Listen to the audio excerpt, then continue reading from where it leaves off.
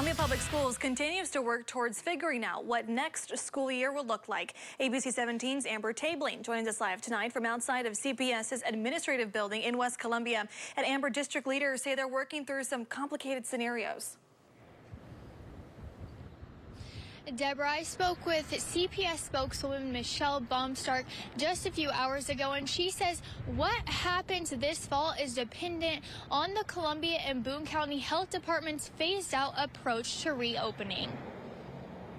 So much will depend on where we are with our local health order for what's allowable. So if you look at that timeline that was put out for the numbers that can gather, obviously social distancing, that will be pinnacle in what occurs for us in the fall. The Columbia and Boone County reopening roadmap allows schools to reopen in the second phase while maintaining social distancing requirements. Baumstark said with a lot of unknowns, planning is difficult, but CPS hopes to hold in-person classes in the fall. It may have to be a hybrid. There's a lot of factors to consider. When you really start digging into the planning, it's like you think, well, how do we handle this situation? How do we accommodate this group of students?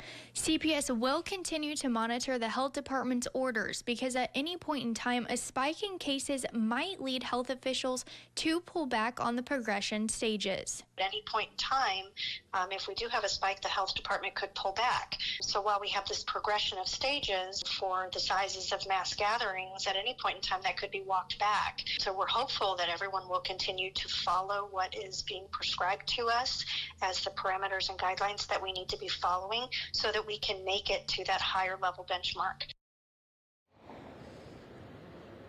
And we have received many comments from CPS parents about the uncertainty that this brings up. Many parents commented that they're nervous and scared for what may or may not happen for their students' education. But right now, just as Baumstark said, this topic is dependent on the Columbia and Boone County health order moving forward.